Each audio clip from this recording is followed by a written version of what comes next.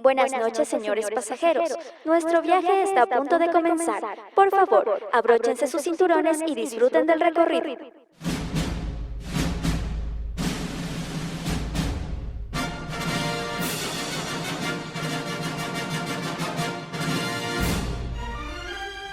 ¡Está vivo!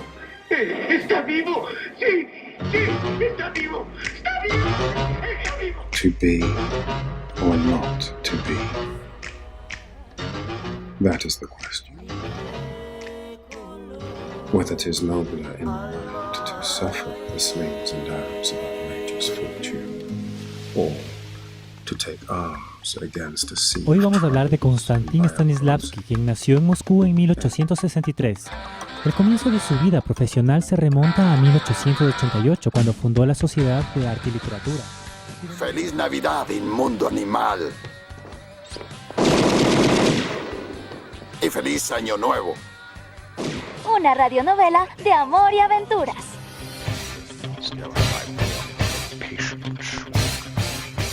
Her sufferance is the badge of all our tribe. You call me misbeliever. Veo gente muerta. No hay nada más insensato y dañino para el arte que el sistema por el sistema mismo.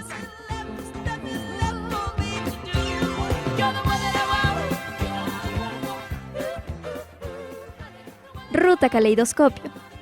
Otra forma de ver el mundo. Hasta la vista, baby.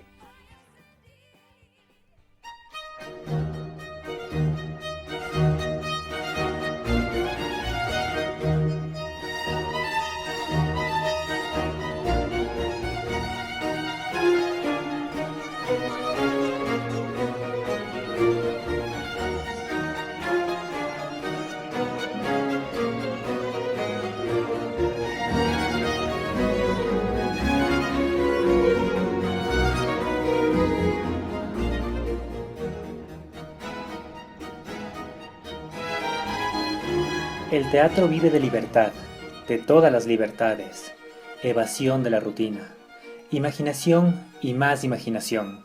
Jacques Coupeau. Buenas noches, amigos oyentes. Soy Eric Estrada y me acompaña en cabina Lisbeth Flores. Asimismo, le mandamos un gran saludo a la distancia a nuestro compañero César, que nos ayuda en los controles. Hola Eric y a nuestros radioescuchas. Bienvenidos a Ruta Caleidoscopio. Empezamos de nuevo nuestro viaje, siempre recordándoles que nos escuchen por www.hojaderuta.org, Facebook o YouTube por Hoja de Ruta. Lisbeth, ¿qué tendremos el día de hoy? Nuestra primera parada, Arte y Cultura, nos invita a conocer la época del origen del pan y circo. Estamos hablando del teatro en la época romana, para luego en Escenoteca llevar nuestro país en las maletas, con la película Prometeo deportado. También, en nuestro cajón de historias, degustaremos de un poema plagado de dolor y sinsabores en nuestra serie Romances con García Lorca, y en nuestra cartelera recomendaremos un cortometraje boliviano. Qué bonitos lugares vamos a visitar el día de hoy. No se vayan, esto es Ruta Caleidoscopio.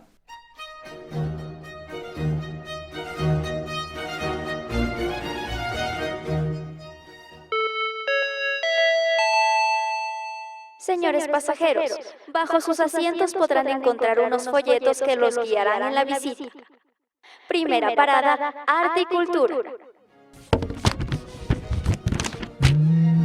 No encuentro el mío. Toma uno, a mí me dieron 2. 2.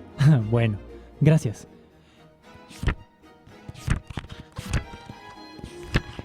¿Y qué dice tu folleto? Dice: el arte es la forma más perfecta de expresión que ha logrado la humanidad. Es un lenguaje que nos comunica algo acerca del universo, del hombre, del artista mismo. ¿Y el tuyo? ¿El mío? Dice: esto no es una pipa, mira. ¿Qué? Pero sí es una pipa. No, es la imagen de una pipa. No es una pipa. ¿Ah? Si fuera una pipa real, estaría ahí colgada y no pintada como nos dice el autor.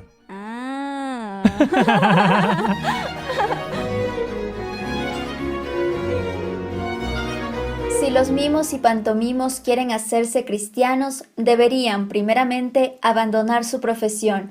Elvira de Granada, 305 después de Cristo. Con esto empezamos la articultura. Hoy vamos a conocer una época en donde el teatro fue parte del pan y circo.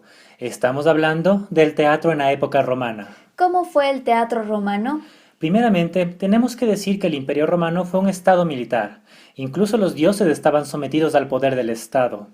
No era la tradición, sino la res pública, la que determinaba en qué lugares tendrían que recibir el culto supremo. La religión del Estado la componía la jerarquía de los dioses olímpicos, tomados de los griegos, con algunos cambios menores de denominación, pero sin ninguna modificación sustancial de los caracteres. Talía, musa de la comedia, y Euterpe, musa de los coros trágicos y de los tañadores de flauta, eran las diosas protectoras del teatro. El teatro romano es heredero directo del teatro griego en su huella arquitectónica, tanto como en su sello dramático. Pero este nuevo teatro se basaba en la consigna de la política interior del pan y circo. En Roma, en los siglos III y II a.C., florecen en escenarios improvisados y provisionales de madera el drama histórico y la comedia, y el periodo de glorificación arquitectónica del teatro florece en los siglos I y II después de Cristo. El anfiteatro no pertenecía a los poetas, sino que pertenecía a la lucha de los gladiadores. Era para las fieras, los combates navales y los espectáculos de artistas de género revisteril. En tiempos del emperador Domiciano se desataron las persecuciones contra los cristianos. La sangre humana corrió en el Coliseo, en el mismo lugar donde multitudes de 50.000 espectadores aclamaban a mimos y pantomimos y a los vencedores de las luchas. El teatro del Imperio Romano fue espejo de sus virtudes y de sus defectos. Pero más que lugar de las artes, fue negocio del espectáculo. En la misma década en que Aristóteles describía la tragedia griega, Roma vivió sus primeros ludi scaenici. Estos eran modestas presentaciones mímicas de una compañía de artistas procedentes de Etruria, como danzas y canciones al ritmo de la flauta, conjuros de los dioses, enraizado todo ello en la enigmática fe, en el más allá, del pueblo etrusco que en otra época había dominado a Roma. Lo que ellos buscaban era aplacar los poderes sobrenaturales sobre la vida y la muerte, ya que la peste asolaba el país. El sutil arte político de los romanos consistía en ofrecer a los vencidos la oportunidad de desplegar sus talentos y sus buenas relaciones con los dioses. Así, el teatro de Roma era un instrumento dirigido por la autoridad del Estado. Roma intentó organizar el arte del drama partiendo de programas festivos, por ejemplo los Ludi Romani, que se celebran anualmente durante 4 días. Más tarde se añadieron los Ludi Plebei, los Ludi Seriali, los Megalenses y los Ludi Apolinares. Para alcanzar las aspiraciones de la metrópoli, necesitaban fomentar los talentos de aquellas regiones conquistadas en las que florecían la educación y el espíritu griego. Y es así que a una de las más importantes y ricas colonias griegas del sur de Italia deben los romanos su primer dramaturgo, Livio Andrónico. Livio Andrónico llegó a Roma como esclavo de la acaudalada familia de los libios. Se reconocieron sus dotes en el dominio de la lengua y pronto el joven griego ascendió de maestro doméstico a mentor y ayo. Tradujo en versos latinos la Odisea de Homero para ser utilizada en las escuelas y compuso por encargo del Senado himnos religiosos en latín. 5 años más tarde se presentó en los Ludi Romani Neo Nevio, el autor representativo de la literatura romana y el primer romano que merece ser llamado poeta, según algunos autores. El entusiasmo por la grandeza de la República y la repugnancia hacia los elementos corrompidos hicieron a Nevio tomar la pluma y creó así el drama nacional romano, cuyos héroes eran los magistrados de la nación y los pretores.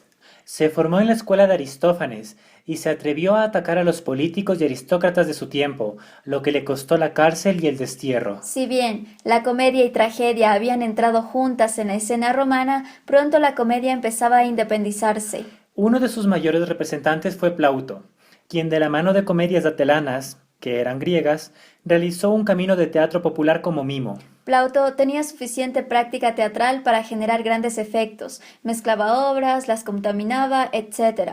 Fue reconocido universalmente por los estratos más altos del imperio, así como por otras capas sociales. Plauto convirtió en gruesa comicidad la elegante urbanidad del modelo griego.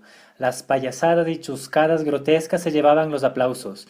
Los caracteres cómicos, los trasvestidos, la intriga y los sentimientos burgueses formaron el engranaje de sus comedias. Las comedias de Plauto reflejan tanto el repertorio de personajes y de acciones de la nueva comediática, así como la mentalidad del poeta y del público para el que se escribían. Hablemos del nacimiento del teatro romano. El teatro romano nació del podio de tablas de los juglares. Durante 2 siglos vivió en instalaciones provisionales, en edificaciones funcionales que se montaban cada vez que hacía falta y se volvían a desmontar. Los romanos superaron la ventaja que les llevaban los modelos griegos, pero quedaron muy atrás en cuanto a los presupuestos externos del teatro, no en materia de organización, pues en esto los romanos fueron maestros, sino en cuanto al marco arquitectónico de la representación. Un dato interesante es que la última palabra en lo referente al teatro romano la tenían los ediles curules, que eran altos funcionarios estatales que originalmente procedían solo de las filas de los patricios, pero que más tarde salieron también de los plebeyos. Entre sus ocupaciones, además de la supervisión de la policía, de las obras públicas, la vigilancia de edificios públicos y calles, tenían que procurar el ordenado desarrollo de los ludi y los circenses. Al principio los espectáculos eran baratos, todo se desarrollaba en un tablado cuadrado y cerrado en la parte posterior por un telón de fondo. Esta era la misma estructura improvisada que montaban los juglares procedentes del sur de Italia, la misma que levantaban los mimos y atelanos donde hubiera un público que dejara unas monedas en el platillo. El público en estos espectáculos romanos se congregaba en círculo en torno al podio y estaba prohibido sentarse durante la representación teatral. Paso a paso, esta estructura primitiva fue tomando formas más técnicas. Se añadió en sustitución del telón de fondo una barraca de madera para el vestuario de los artistas. Como el escenario se montaba en las proximidades del circo, tenía que ser llamativo frente a las carreras de carros, los combates de púgiles y gladiadores y los bailes de danzarinas. Luego, y porque la necesidad escénica seguía creciendo, habían determinado el desarrollo del Scenae Frons, que era una construcción de madera con paredes y techo. La pared de madera de la escena tenía 3 puertas, una puerta central y 2 laterales. Las puertas tenían una significación fija con la que los espectadores estaban ya familiarizados. Los personajes que entraban por la izquierda procedían del extranjero, mientras que los que entraban por la derecha venían de la ciudad. En Roma, el empleo de grúas y demás mecanismos móviles se trasladó a los juegos de circo en la arena y en el anfiteatro. En el año 56 después de Cristo se introdujo un mecanismo escénico del que ya no podría prescindir el teatro universal, el telón de boca. A diferencia de nuestra costumbre actual, el telón caía al comenzar la función. Las cortinas estaban sujetas a un alero anterior y se dejaban caer en un foso estrecho situado delante del escenario. El primer teatro de piedra construido en Roma fue realizado por Neo Pompeyo y fue el modelo para los futuros teatros romanos. Conversemos ahora sobre el anfiteatro, el pan y circo. La síntesis y la desmesura, los 2 componentes artísticos y organizativos del Imperio Romano, caracterizan igualmente su manera específica de entender el teatro. El drama, sin más, no podía bastar a la pretensión de hacer ostentación de su poder y magnificencia. El teatro de la época imperial quería impresionar. Tenía que impresionar donde quiera que las legiones romanas pusieran su pie, porque los juegos procuraban distracción y excitaciones de todo tipo para conseguir la conformidad entre las propias filas y entre la población de los territorios conquistados. En el corazón del imperio surgió la forma romana del edificio destinado a los espectáculos de masas, el anfiteatro. En el anfiteatro se aunan las necesidades de la arena circense con el principio del recinto teatral cerrado en sí mismo y con un resultado de grandiosidad impresionante. En el Coliseo jamás llegaron a verse representaciones dramáticas de categoría literaria. Dentro de sus muros se representaba todo cuanto correspondía a un centro de espectáculos, en el más amplio sentido de la palabra. En tiempos del emperador Augusto, por ejemplo, el peso de las representaciones teatrales se había desplazado tan radicalmente del drama hablado al espectáculo de variedades que atelanas, mimos y pantomimos se hicieron dueños del campo, prácticamente sin competencia. Con breves sketches, payasadas, cuplés, revistas, intermedios acuáticos, animales amaestrados, lidias y fieras, buscaban entretener a un público que acudía al teatro sin más condiciones previas ni otras aspiraciones que las de ser un consumidor.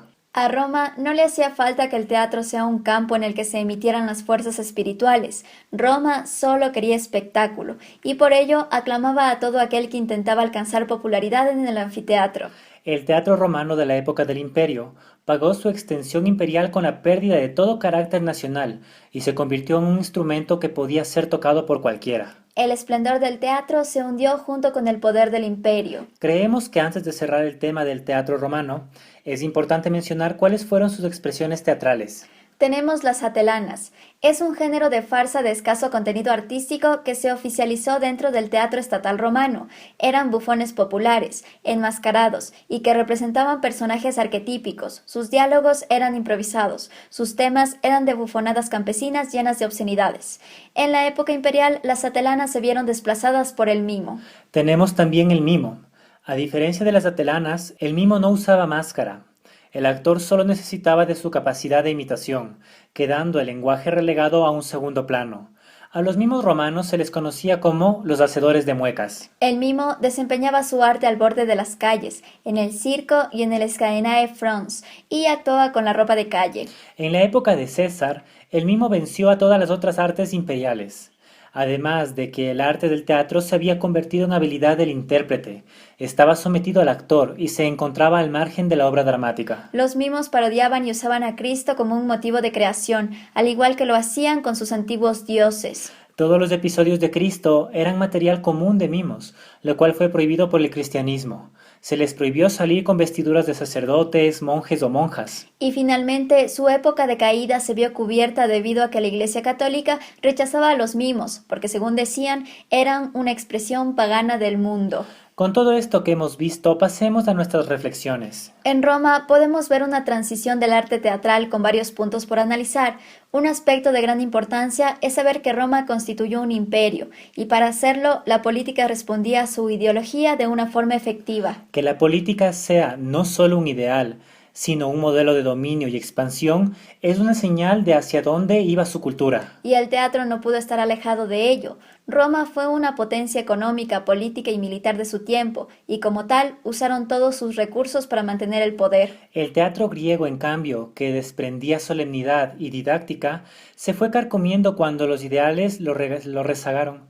Se fue carcomiendo cuando los ideales lo rezagaron a las calles o a la espectacularidad de Roma. En Roma podemos ver un espejo de nuestros días. Quizá su símil más adecuado es Estados Unidos. Ambos buscan la expansión total de sus políticas coloniales, y parte de esas estrategias que usan están incrustadas en la cultura. Así como el teatro romano se direccionó a la espectacularidad y al detrimento del valor artístico que antes poseía, ahora el teatro también posee esas caras. Existe un teatro pensado y construido exclusivamente para el entretenimiento. No posee otros fines más elevados, solo son instrumentos de alienación y el consumismo. El mismo caso lo vemos en mucho del cine, que es solo entretenimiento. Pero entretener no es necesariamente malo. En varias ocasiones nos permite distender todas las cargas de la vida y desfogar, desahogarnos para poder seguir. Pero el peligro se presenta cuando toda expresión cultural se reduce a entretener.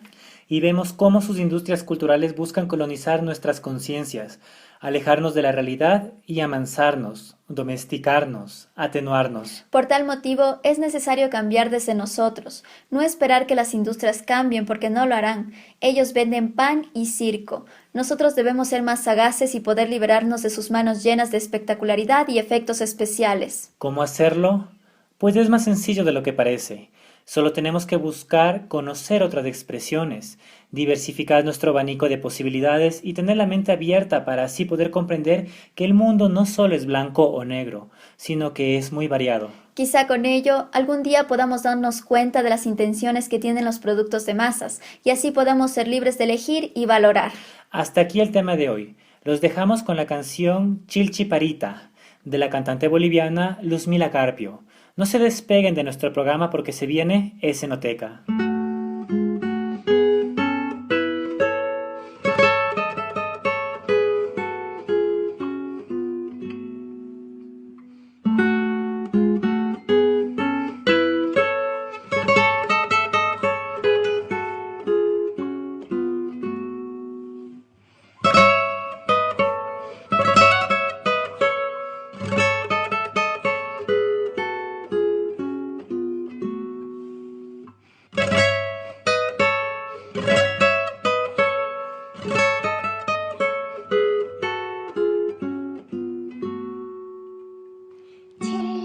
Chilchiparita.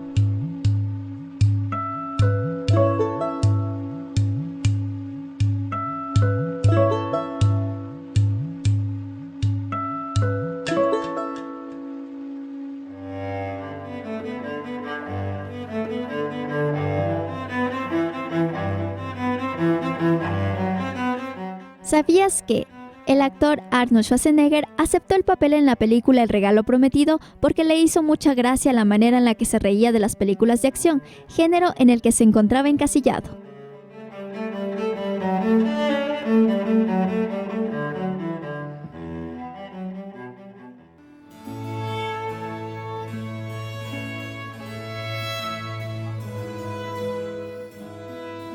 Y yo que me la llevé al río creyendo que era mozuela, pero tenía marido.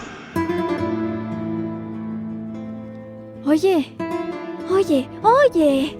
¿Qué pasa? Fue la noche de Santiago. Mira, casi mira, por compromiso se es García Lorca. ¡Guau! Oye, ¿y ese de allá? Es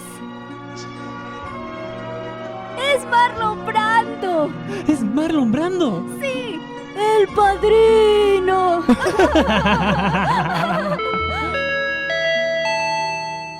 Señores pasajeros, se les recuerda mantener sus manos y pies dentro del cubículo. Siguiente parada, Escenoteca.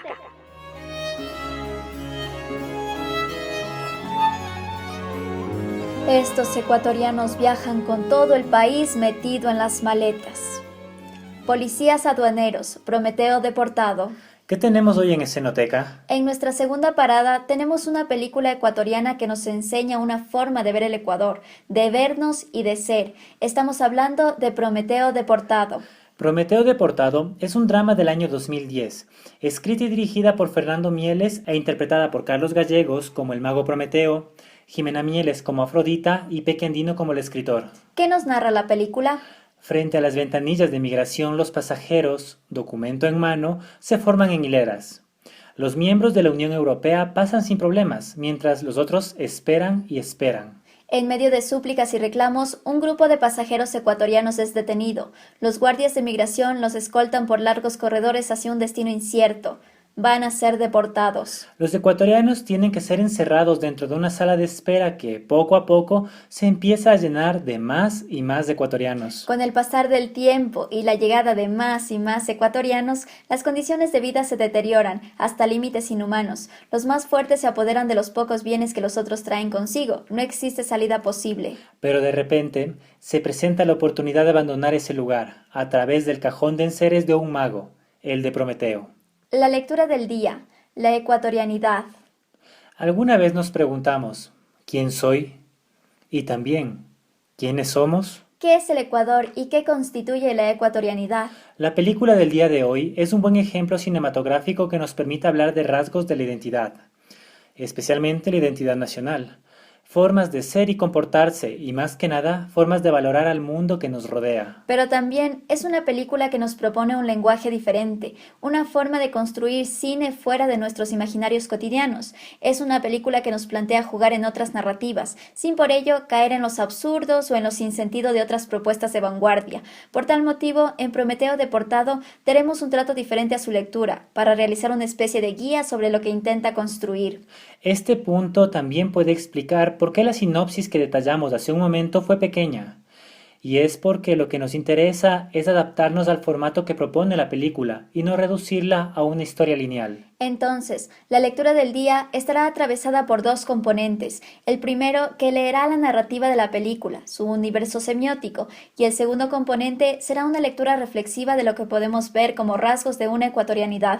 Con todo lo dicho, comenzamos a reflexionar sobre esta interesante propuesta de cine ecuatoriano, según varios momentos que nos parecen relevantes. Primero, la película comienza haciéndonos escuchar la voz sollozante de una mujer. La voz no es alarmante, está en un nivel bajo y transcurre a lo largo de toda la presentación de los créditos iniciales.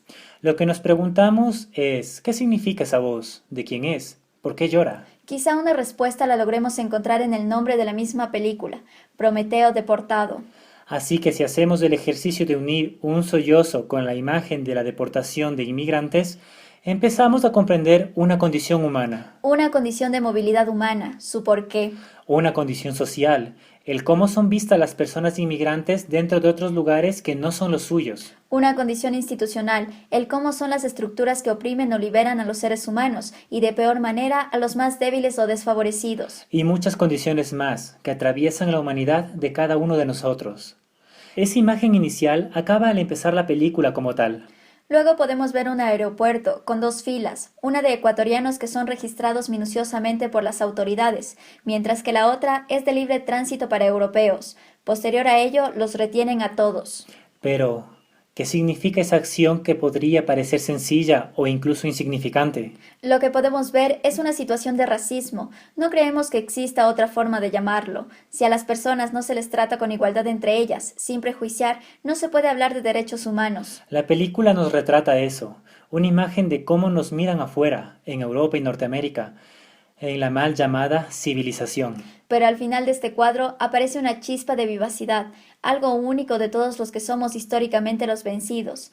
Aparece el ser humano que se mueve dentro de las fisuras del sistema.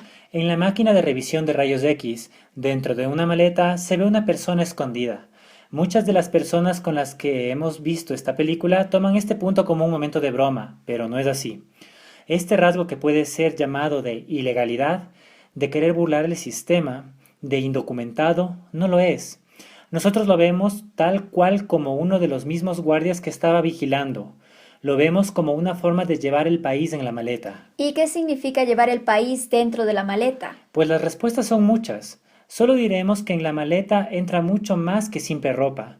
Entran los recuerdos de una vida que queremos no olvidar. Tercero, todas las personas que estaban en la fila y fueron retenidas, ahora se las ve dentro de una sala de espera de un aeropuerto. ¿De cuál? No lo sabemos, todos son iguales. En esta escena vemos a algunos personajes, por ejemplo los arribistas, el intelectual, el atleta, las viejas, los jóvenes y un hombre que ingresa esposado. Lo que podemos leer, sin considerar la profundidad de cada uno de ellos, como una primera impresión, son los diferentes sectores sociales de nuestro Ecuador. Cada uno de ellos representa una cara de lo que somos. Y ya que topamos este tema, hablemos un poco de cada uno de ellos. Empecemos con Prometeo. Es un mago de circo, realiza ilusionismo. Lo primero que vemos de él es que está esposado, o también podemos decir encadenado, como el mito de Prometeo. Sus cadenas son una metáfora de su libertad, no física, sino espiritual. Es decir, Prometeo es un personaje mediador entre los conflictos de todos, pero no por ser un mago, sino porque es un personaje positivo. No crea problemas, sino participa en su alivio. ¿Y qué significan las cadenas que lleva Prometeo? Lo que podemos decir es que ellas representan su soledad. Él es ingenuo y bondadoso, pero no vio un futuro en su país que se caía a pedazos. Todo eso cambió el momento en que encontró un motivo para regresar. Quizá ese motivo sea la esperanza de reconstruirlo, de ver una luz entre tanta hostilidad. Quizás sea el amor de la joven compañera que encontró, pero sea como fuere, él encontró una forma de liberarse, de crecer y soñar. Afrodita. Es una mujer que dice ser modelo americana. Se pinta el cabello de rubio y se coloca lentes de contacto azul para negar sus hermosos ojos negros. En ella vemos un retrato de la juventud de nuestro país, es decir, vemos el complejo y profundo problema de autoestima que tenemos todos nosotros. Así es. No aceptamos lo que somos y rechazamos lo que otros dicen ser nuestro. Por ejemplo, todos los que vivimos en la ciudad rechazamos el campo y miramos para el extranjero como una salvación a nuestra raza. Por eso nos pintamos el cabello de rubio. Queremos que nuestros hijos salgan con ojos azules o con pieles blancas. Queremos tener una sonrisa blanca y brillante. Queremos ser altos y esbeltos, etc. En Afrodita vemos el rasgo de nuestra crisis de identidad, la cual es apuntalada por todos los imaginarios mediáticos y mercantiles a los que adoramos, entre ellos los centros comerciales, las luces de las grandes ciudades, las películas y demás. En aquella mujer vemos nuestra negación hacia lo que somos, a reconocernos como mestizos, a reconocernos como ecuatorianos. Otro personaje es el atleta. Es un nadador de competencia. En medio del encierro que viven todos, él no deja de practicar su rutina, pero su naturaleza deportiva empieza a salir a flote. El deportista se ve con algunos rasgos de prepotencia, y eso lo podemos evidenciar en pequeñas acciones como pedir más comida solo por ser deportista. La crítica clara está en el momento en que por la fuerza toma el poder de la sala, y lo puede hacer porque posee los músculos para atacar. Pero cuando se proclama presidente, ¿no es una ironía de nuestros asambleístas y diputados exjugadores de fútbol? Y no nos quedamos cortos, porque ellos no son los únicos.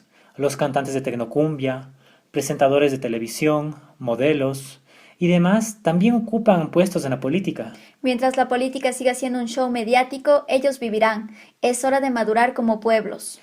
La señora Murga. Es una señora adulta que siempre trata de ayudar y mediar a los demás.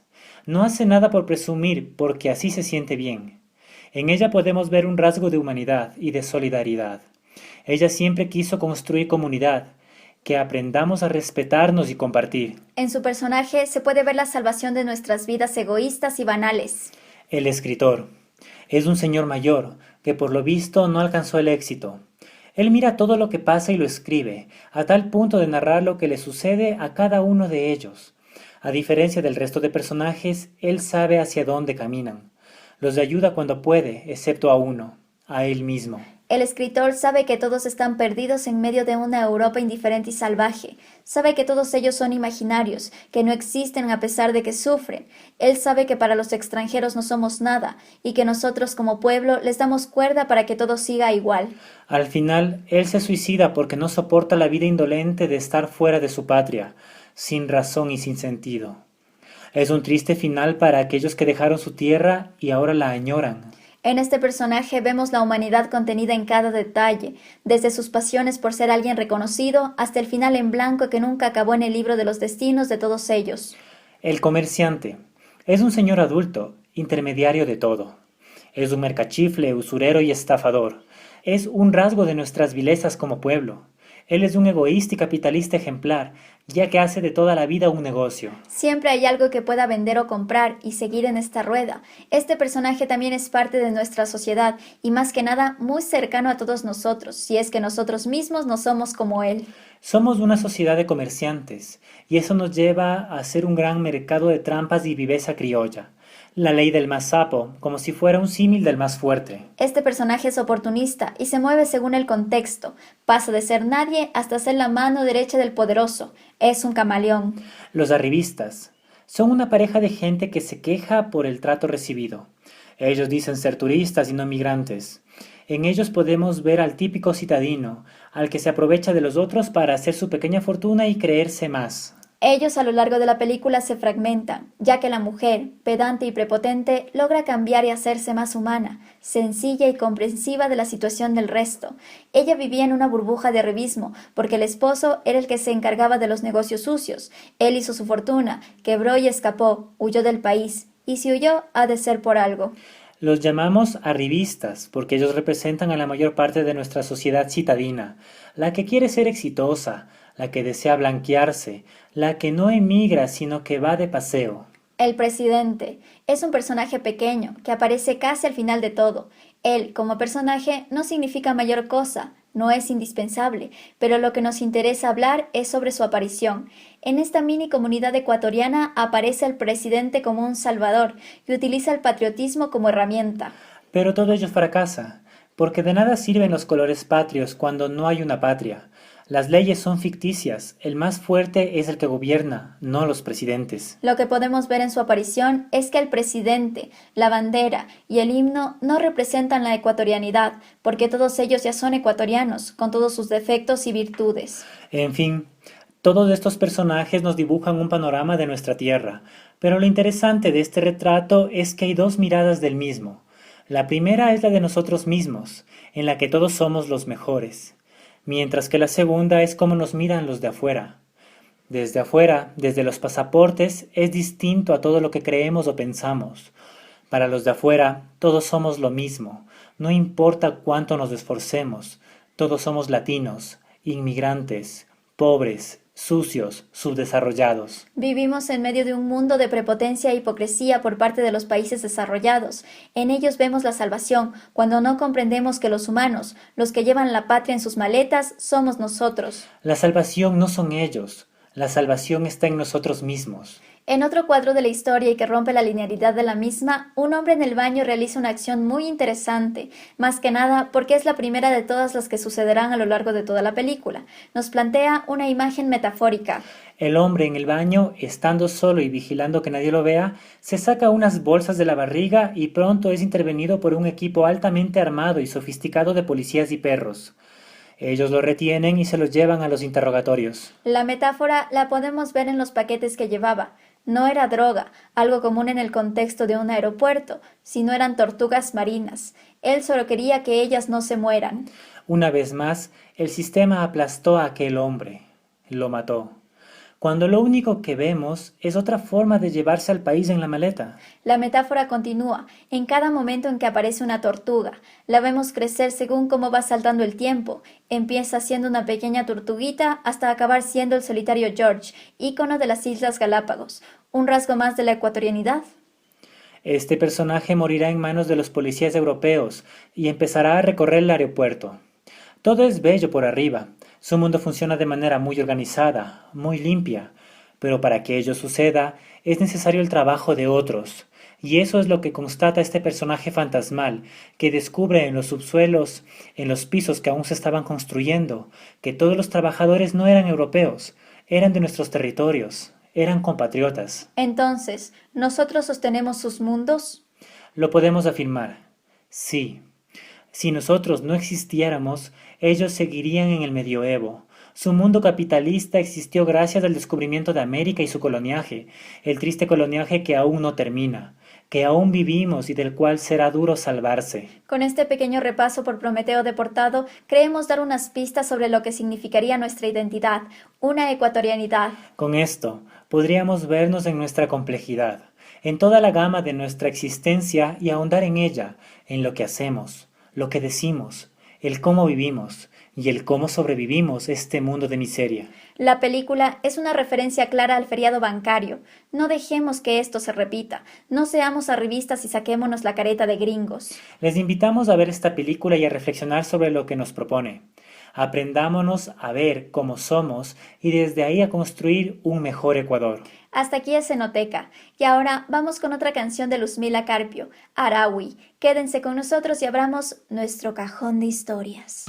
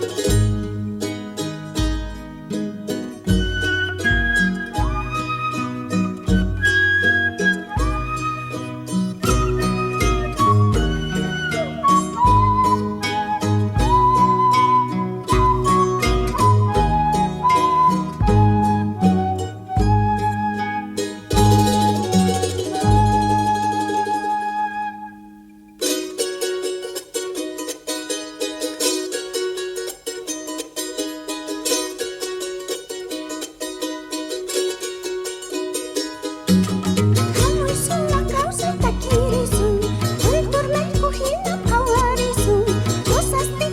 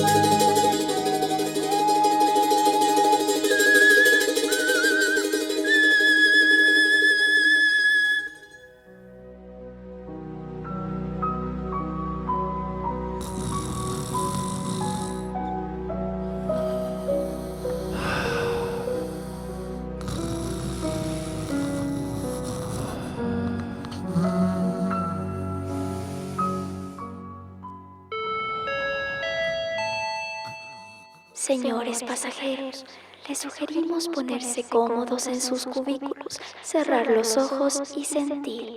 Siguiente parada, cajón de historias. La la la, la la la, la la la, la la la, la la la.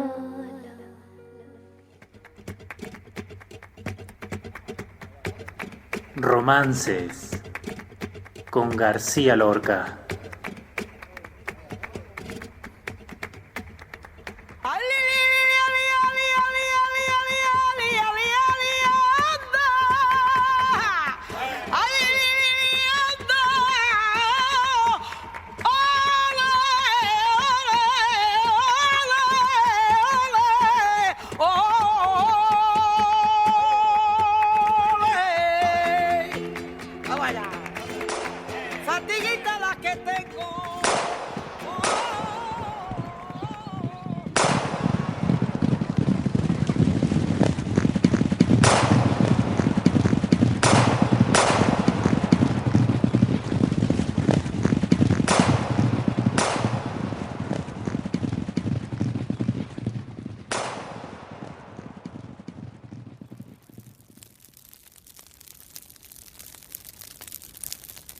Oh ciudad de los gitanos, la Guardia Civil se aleja por un túnel de silencio mientras las llamas te cercan.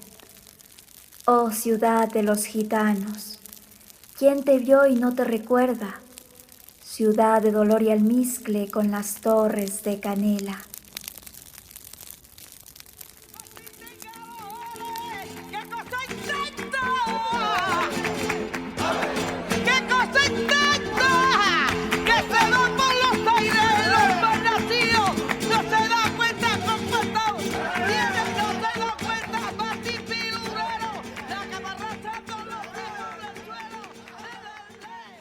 Tamar y Amnón.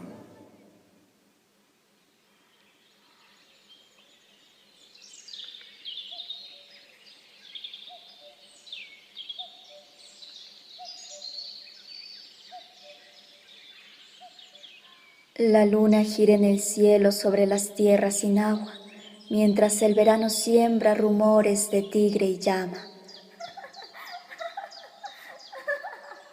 Por encima de los techos nervios de metal sonaban, aire rizado venía con los balidos de lana.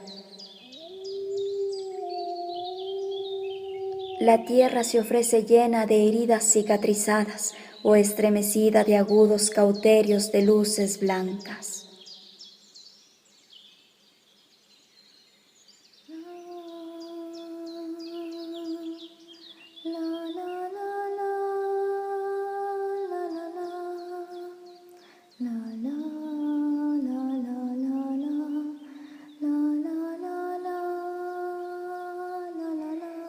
Tamar estaba soñando pájaros en su garganta, al son de panderos fríos y cítaras enlunadas. Su desnudo en el alero, agudo norte de palma, pide copos a su vientre y granizo a sus espaldas. Tamar estaba cantando desnuda por la terraza.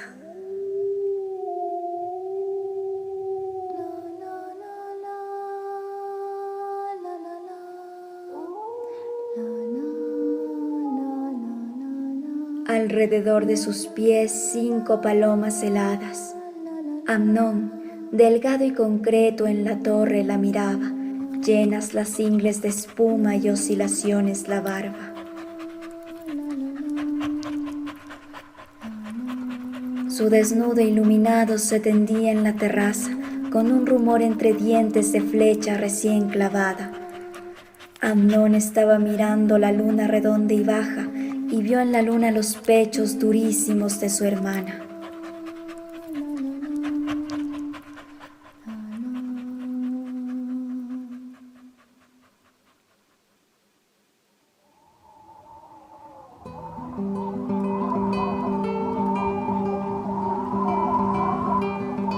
Amnón a las 3:30 se tendió sobre la cama.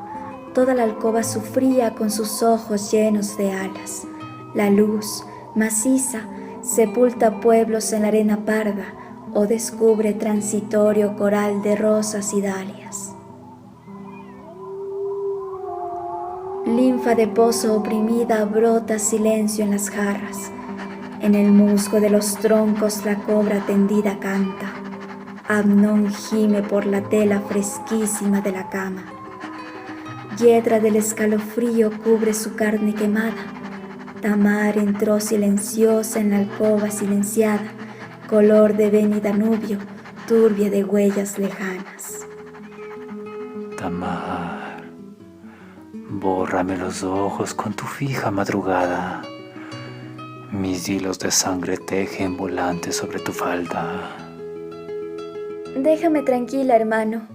Son tus besos en mi espalda, avispas y vientecillos en doble enjambre de flautas. Tamar, en tus pechos altos hay dos peces que me llaman, y en las yemas de tus dedos rumor de rosa encerrada. Tamar.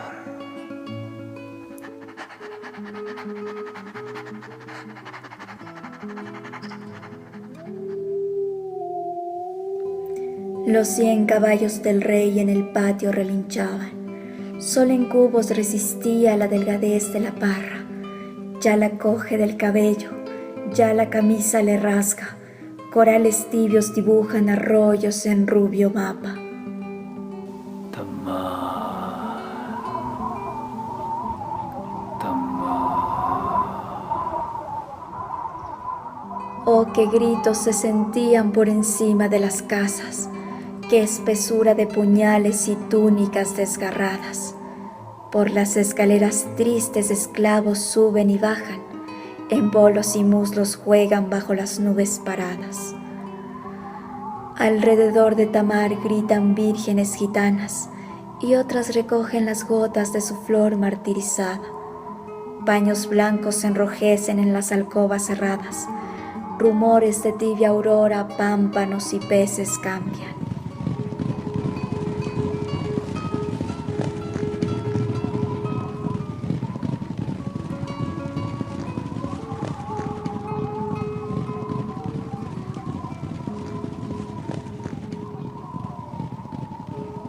Violador enfurecido, Amnón huye con su jaca. Negros le dirigen flechas en los muros y atalayas. Y cuando los 4 cascos eran 4 resonancias, David con unas tijeras cortó las cuerdas del arpa.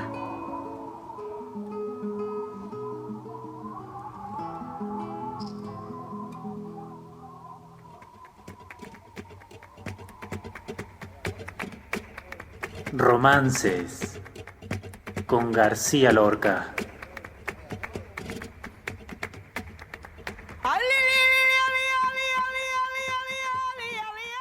Realizado por Lisbeth Flores y Eric Estrada.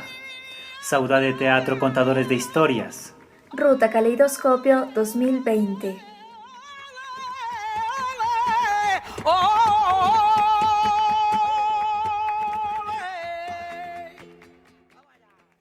Oh ciudad de los gitanos, ¿quién te vio y no te recuerda?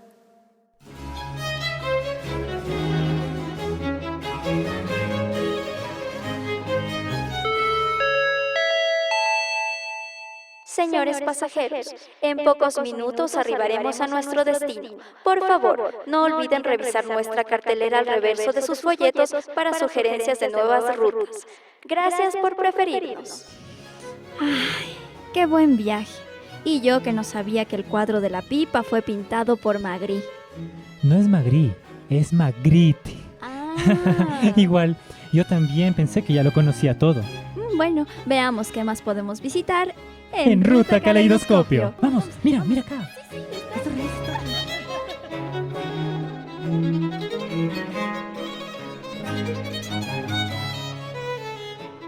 Amnón delgado y concreto, en la torre la miraba, llenas las ingles de espuma y oscilaciones la barba.